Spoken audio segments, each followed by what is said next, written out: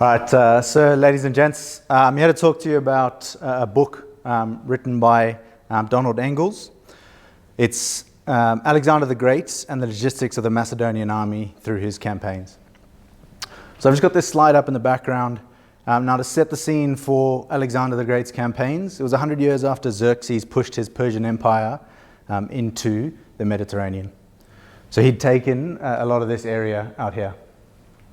So Alexander the Great started in Macedonia and initially liberated a lot of these areas. And what's important about that logistically is liberation meant that those those towns that he took over were willing to support the Macedonian army. Right, so they provided food. So it was quite easy for Alexander logistically initially. As well as around the Mediterranean Sea, it was quite easy for him. He had a large fleet that brought logistics from Macedonia. So he was able to support himself quite easily, and he just linked up with his army on the land at the shorelines. Once he gets to Parætonium, he's pushed through Alexandria and gets to Parætonium. This is where it first starts getting difficult for him. He needs to push through the desert in modern-day Egypt.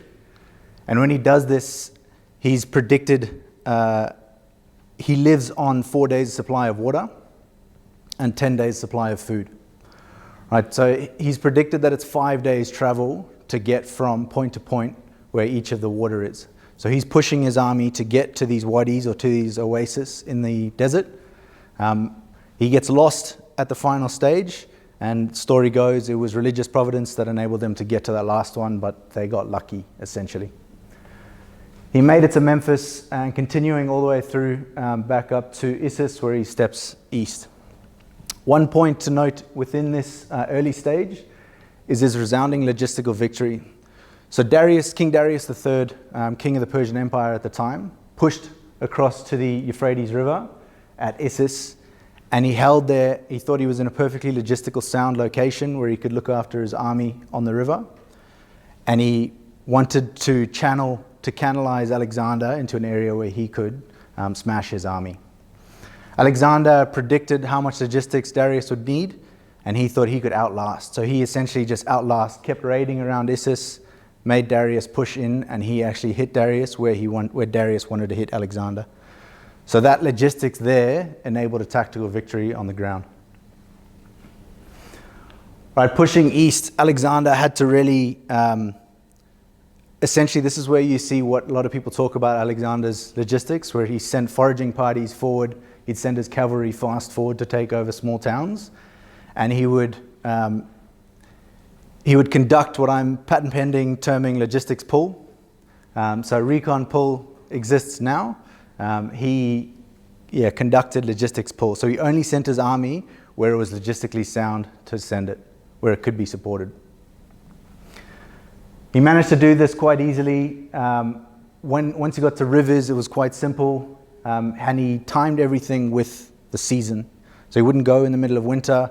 He'd wait till the ice had thawed up in the north, and he'd wait till the harvests were arriving where food could be provided, and he'd feed off the land. He was able to do this all the way through following down the Indus River, and it's at this point where he conducted a joint naval movement. So he had a 2,000 strong navy, and his army conducted a symbiotic relationship across modern-day Pakistan and Iran, where you can see there's not going to be any food or ability to support his army. So he did this by having food for his navy. Sorry, his navy carried food, and his army dug wells, so provided water for the navy.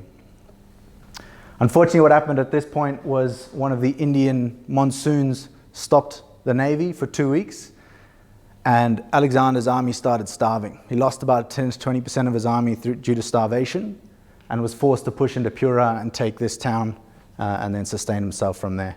So again, he was forced to make a decision due to potential logistical failure, but it was the start of a first joint logistic support.